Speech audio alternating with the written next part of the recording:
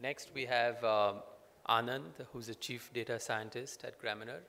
Gramener is a data visualization company that transforms data into concise dashboards. And I've seen Anand's presentations before, and they're truly mind-blowing. So get ready for some fun.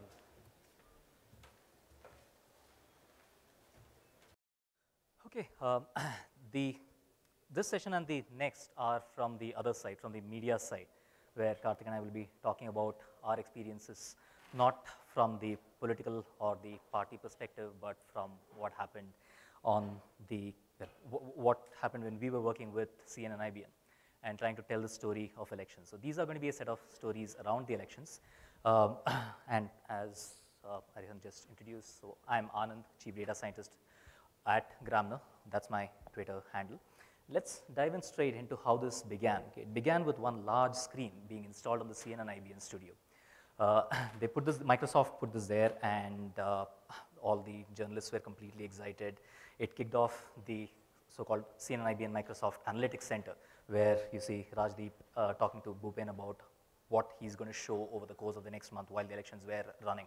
And firstly, it was a little difficult because journalists are used to telling stories based on teleprompters. They're not quite used to walking up to a screen and clicking on it to filter. Now, this is a huge touch screen, okay? So firstly, it looks amazing. But they're not used to constructing the story on the fly. So it was a massive challenge. For nearly 4 days, all of them were hovering around the board, looking very, very worried. What am I going to do? And so on. And to Bhupen's credit, he kicked off that effort, went into how does one play around with it, spent many hours exploring, looking at the stories that could be told out of it. And a lot of it was shot live, in the sense impromptu. He just started talking about these stories as they came along. Now, while this is running, you may have noticed one character in a red t-shirt at the background on the right side. That's me making my first TV appearance ever. Okay, so I gently snuck up behind when they were filming so that I could see. And that's me calling home and my colleagues saying, look, I'm on TV, turn on to CNN IBM, you'll see me in a red t-shirt, that's me. Now, on TV, what we managed to show was a bunch of interesting things, and I'll share some of the weirder stuff out of that. To begin with, the question was one of representation. Now, if I want to represent, let's say, the 2004 election results, this is what it looks like. Okay? Each constituency has a certain shape, and the color of the constituency represents the party that won. If I take one look at it, it looks like the party that's in maroon won. Okay? Now, the party in maroon is BJP. They were not the single largest party. So which is strange. Why is this map misleading us? Well, obviously, because I'm looking at a large area in maroon. A large area does not mean a large number of constituencies, and I win based on the number of constituencies, not based on physical area. So the fact that BJP won in Jaisalmer, which has, I don't know, maybe 1,000 times the area of South Delhi, does not mean that it gets 1,000 times as much importance. So this map, therefore, is extremely misleading. And instead, what we might be better off doing is replacing it with a map where each constituency is replaced by a circle. The circles just repel each other so that they don't overlap, and you don't have the problem of South Delhi and North Delhi and all the 7 constituencies in Mumbai, one on top of the other. And the size can be chosen to represent something else. If you say, look, all constituencies are equally important, I have a circle that's of equal size. And if I have constituencies based on, let's say, the number of voters, then I have effectively a vote share map rather than a seat share map. And that gives me a different picture altogether. So this is a vote share map where the size of the constituency is proportional to the number of voters. And you can see that it's a toss-up between the blues and the maroons. BJP and Congress approximately got the same number of votes and also the same number of seats. They got 145 versus 138 respectively. So we settled on this as a representation for a couple of reasons. One, because because it avoids this confusion of areas, but also because sometimes you don't have shapefiles going back to 1951. I know approximately where this constituency is in 1951, but I have no clue what its shape is.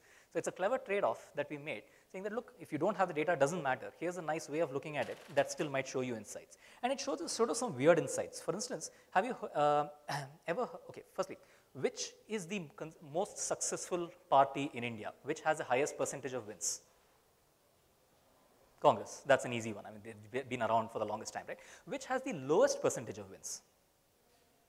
Now, that's a tricky one, because you say, look, any party that got 0 votes, that never won a seat, has a 0 percentage. How do you compare between these? Well, what if a party had stood in, let's say, 700 constituencies in its history and won not a single one of those.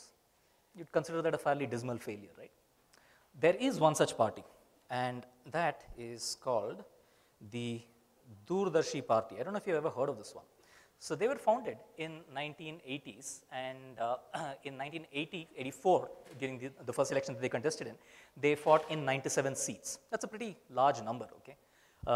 And they won exactly 0. So not a very good performance, but they persisted. They tried again in 1989, and this time in 298 seats, more than half the country. Now, there was only one party that fought in more seats than they did, that was Congress. So effectively the second largest party from a participation perspective, and they won exactly 0 seats. They didn't give up. The next election, 91, they contested again, now this time with 321 candidates, and again won exactly 0 seats. Very, very persistent. They didn't try after that. I think the founder passed away or something like that. They had some very interesting concepts. I mean, like, you need to be a teetotaler, a vegetarian to be a party candidate, and in fact to be a party volunteer, if I'm not mistaken, which definitely doesn't help. But what was even more surprising is that not only did this party never win, they never were even the second. At best, they were the third, and that was mostly in constituencies that had only 3 candidates. It remains a big mystery as to what was happening in this particular party, but I mean, it just surfaced. Let's take another weird thing that happened during the elections. What do you think is the largest number of people that ever stood for elections in a single constituency, assembly or parliament? Sorry? 1,500. Okay, that would be a very interesting one. Any other numbers? 200? 450? Now, let's consider some of these numbers, okay? If I'm looking for a person's name in a list that has 200 numbers, now, at that point, it's no longer a ballot paper. It's more like a ballot booklet. You've got to flip through a few pages. At 1,500, it would be a ballot book of some kind, right? A mini telephone directory. Now, let's take the history of the Tamil Nadu Assembly elections. Each of these circles represents one constituency. The color represents the party that won. This was in 1967, and it's mostly the yellows that won. That happens to be DMK. Let's move on to the next year, 1971. The size of the circle represents the number of candidates that stood for election, which is the metric that we are looking at. So if there's a large circle out here, for example, this is a slightly large circle. You can't read it. That's Perambalur, which has had 6 candidates standing for elections from DMK. Not a large number, but a reasonable number. I mean, if there are 5 parties and 1 independent, then that's probably the number that you would have.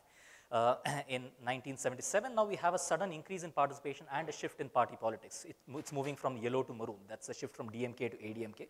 And you also see an increased participation in the number of candidates. It's almost doubled from 1977.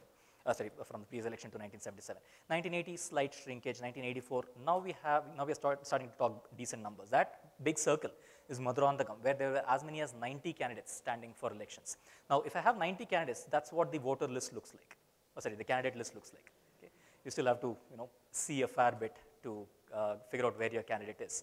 Now, the next election saw a spurt in participation across the entire state, but nothing quite compared to 91, where in Pallipet and in Avarakuruchi, there were 250 candidates almost. Okay. Now, here it's a huge list. You've got to figure out where exactly your candidate is in a long sheet. But all of this pales in comparison to the 1996 elections at Modakuruchi. Okay. This doesn't even fit in the map, where 1,033 candidates, that is the largest number, not 1,500, of candidates that ever stood for elections. And some of these, so if I look at the names out here, for example, if you're able to read it, so there's a Palnisami, Palnisami, Palnisami, Palnisami, Palnisami, Palnisami, and there's a Palnisami C, Palnisami C, Palnisami C, Palnisami C, Palnisami C. I mean, how am I going to figure out which Palnisami C I am so that I can vote for the right guy? Individuals don't even have a party name. Now, a party symbol or anything. Now, this actually seems to have caused some confusion because there were as many as 88 candidates who actually got 0 votes. They didn't even vote for themselves. My guess is either because they couldn't find themselves, or because they just registered and forgot to come for the elections. I have no clue what they were doing. But I mean, incidentally, this has not happened in the last 25 years in a parliamentary election. It has happened in a few parliamentary elections beforehand, but It's only in the assembly elections that you have this kind of a scenario. There are reasons as to why this happened, but let's not bother getting into that right now. Tell me something, do you think the age of candidate makes a difference? How many people think older candidates have a better chance of success? Okay, that's not many. How many people think older candidates have a lesser chance of success? Okay, about the same number, and the rest of you are undivided, right? Okay, sorry, divided on your opinion, fine. Turns out that older candidates have a significantly higher chance of winning. The bar on the top shows the percentage of success. So as you grow older towards the right side, the chances that you win in an election keep increasing. Of course, there may be a self-selection bias here in the sense that it's the candidates that are more likely to win that do contest for a longer period, possibly, but there certainly is a higher chance of success. But the weird thing is that there appears to be a dip, and this is almost monotonically increasing, steady increase, except for one little dip here. That happens to be at age 60. I don't know if it's the connotation of the retirement age or something. This guy is now going to retire, let's not bother voting for him. But if he manages to survive this particular round of elections, then okay, fine, now he is in for the long run, let's vote for him till he's 90. And someone who's age 98 has actually won elections. Yeah. So looks like this is a consistent pattern. Let's watch and wait. Older candidates are generally good, but if they're about to retire, we'll take a little, we'll sort of do a quick rain check on them. Now, the exact same pattern applies for the assembly elections as well. The parliamentary elections was what I showed you earlier. In the assembly elections, again, there is a dip at age 60. So this appears to be a consistent behavioral phenomenon. Any way you slice the data, there appears to be this consistent little dip at age 60. Now, while we are talking about this, tell me, do you think that if there are more candidates contesting in an election, that will mean that the winner's margin will reduce? Because so many candidates, vote gets divided. Okay, how many yeses? Okay, how many no's? Okay, slightly more no's. The no's are right. In fact, if you look at so this is a graph of, on the horizontal axis, the number of contestants, on the vertical axis, the margin of the winners. So the straight line effectively says that if I have more candidates, the margin of the winner doesn't really change much. I mean, it fluctuates all over the place, but there definitely does not appear to be a consistent pattern. It's flat. If anything, it's in a number of elections, it's been marginally positive. On the other hand, the runner-up margin, that is the difference between the second and the third, that consistently drops, which means that if there are more candidates, people aren't confused about voting for the winner. People are confused about the second versus the third. So which means that if I were a party that had a leading candidate or a strong candidate, what I would do is get 10 independents to contest in the elections. Right? Let them confuse and divide the votes between these so that I'll have a much clearer victory, and would be a reasonable strategy. Now, something similar might have been in place in this election in a stronger way, because you may have seen this phenomenon of 11 Chandulal Sahus in Mahasamund. There were 11 candidates with the same name as the sitting MP. Exactly the same name, barring minor misspellings.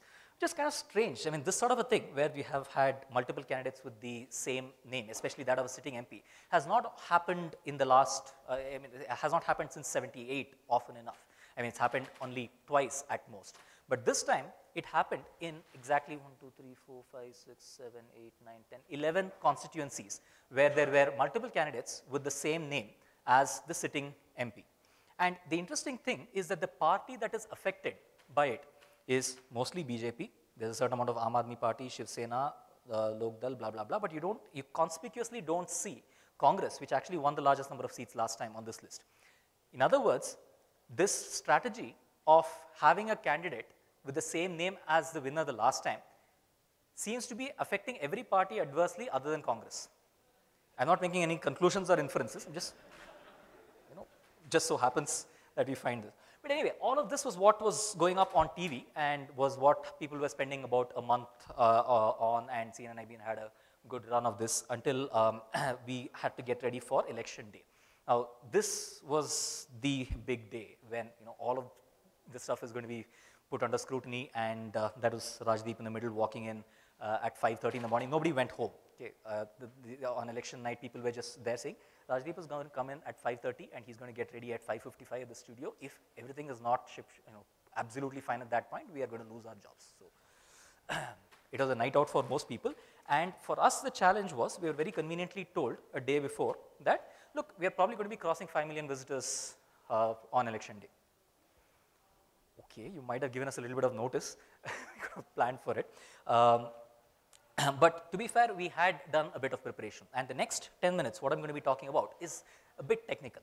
The kind of stuff that we did to make sure that we could get to this number. Specifically, I'm going to be talking about one particular theme. Before I come to that, let me show you the visuals that we had planned for election day. The actual visualization looked like this. We had an India map, but before that, okay. So there's a bar on top which shows the total number of seats that people, that each alliance won, so NDA versus others versus UPA, and within that how much each party had won, and below that the total, the map of the country with a variety of filters. So if I want to see, for example, among the Hindi speaking states who won, or among the Hindi speaking states show me where BJP won, and among this, where BJP won last year, and where Congress has taken over. So it looks like there is at least one constituency which is Durg, which is a Hindi-speaking constituency where Congress has taken over the constituency from BJP, and I can choose to see that as a list, remove some of these filters, expand these to see who exactly are the candidates, and play around with it in a variety of ways. Just show me the result for Karnataka or for any one particular state, just show me the result for Bihar, blah, blah, blah. So there's a fair bit of interactivity, and each of these can tell a completely different story, in the sense if I'm only interested in, for instance, Muslim constituencies, if I'm only interested in the constituencies where stars are fighting, let's say actors or cricketers or whoever, or I'm only interested in constituencies where, for example, it's a swing constituency. You can drill down all of that now, which means that we have a problem, because on the one hand, there is the variety. On the other hand, there is the velocity. The results are going to be updated extremely fast, and there is a reasonable volume. I mean, we are talking about a substantially large number of votes that are being counted. So this sort of qualifies under all the criteria for big data, and we are serving at the very least 5 million users the next day. So it was a bit of a tricky situation to be in.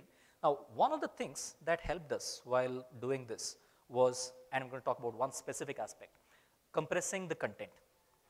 Now, how did we go about making sure that all of this could be streamed into devices? And when I say devices, I include mobile devices, as quickly as we could.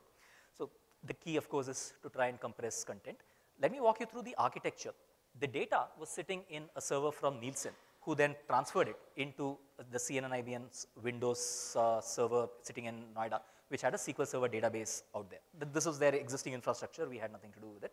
Now, from here, we wrote a script that would periodically pull the data and put it into two files, one file that had all the information about the candidates, another file that had all the information about the votes, and constantly push it into a Unix machine that sits in Singapore as these two files. And then we had our own visualization server, the Grana visualization server, that would create all of these visuals and push it into an Nginx application server on the front end, which then serves the end user. So that's the architecture. Now I'm going to talk about this compressing content thread across two areas, specifically starting with Nginx. What did we do to compress content there? Now let's take the visual itself. See, there's only one image. There's the India map. There's nothing more than that. So technically, it ought not to be much to compress. And it was a conscious choice to make sure that the visuals, even though they're supposed to be visual and all that, we don't really use images. The data itself provides the visual imagery. So the question, though, is can the India map be compressed? Now, as it is, it was a 3 MB file with all of the shapes in intricate detail. And we obviously ought to reduce that. Now, how does one go about reducing an SVG image? If it's a raster image like PNG or JPEG, there are well-established techniques. Those techniques are not as well-established for SVG images. So one of the things that we did was firstly just open the file, and since it's a text file, took a look at what it had. Now out here, you'll notice that this SVG file has a bunch of coordinates. Now each coordinate is massive in terms of its precision. I'm using 13 decimal places to put one point out there, which means that I can get it down to an exact location. But maybe for the kind of resolutions that we are looking at, I don't need 13 decimal places. I can probably make do with 2 or 3 or 4 or whatever. So we said, let's try it. What does the map look like if I have 2 decimal places? So we took Inkscape, which is a free and open source tool, and it has an option where you can set the precision, the number of decimal places. We set it to 2, and this was the result. Not quite there, but it does the job of compression. It got the file down to 95 kilobytes, down from 3 megabytes. So we are on the right track. Maybe 3 decimals. So that seems to do the job. The map looks okay, but if you zoom in, you'll notice artifacts. It's not quite looking right. So, okay, as a compromise, 4 decimal places, that got the file size down to 613 kilobytes unzipped. And when gzip, that came to about 60 kilobytes, which is decent. 60 kilobytes even on a mobile device is not unacceptable. So get the file down to this size manually. And then on top of that, we had to do a little bit of tweaking to make sure that the curves were smooth enough and so on, which I'm not going to go into. This gets us to the right level, right trade-off between quality and size. What about the data itself? See, the data is also fairly large. I mean, we're getting approximately about 1.5 megabytes of data every second, which is just a dump of, here's all the information about all of the candidates getting updated every second, in fact, more frequently than 1 second. But what you will notice about this data is that some of it is static. The names of the candidates is not changing as the votes are being declared. It's the same list. Some of it is also redundant. I am not particularly interested in knowing what the candidate code is. I'm not particularly interested in knowing the number of X nota votes. Some of these columns I just don't need. Some of it, unfortunately, is misspelled or just plain wrong. You see this column out here called winner? We had a dry run about 4 days ago, and we were using that winner column to indicate whether the candidate had won or not. And we found that the results were just not matching what Nielsen was sending us. So we checked with them and said, look, why isn't the winner column matching your results? They said, oh, we don't use that. Okay, what do you mean? Oh, the winner column is just not populated until the Election Commission declares the final result, which happens much later. Just use the leading indicator, meaning if the person has got more votes than another, assume that they are winning.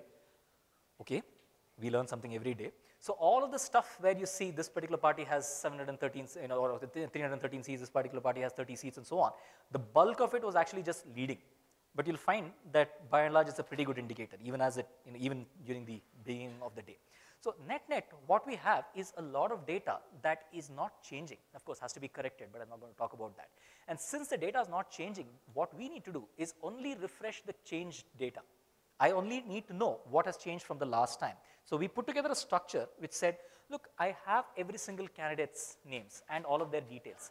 I only need to know how many votes each of them got in every update.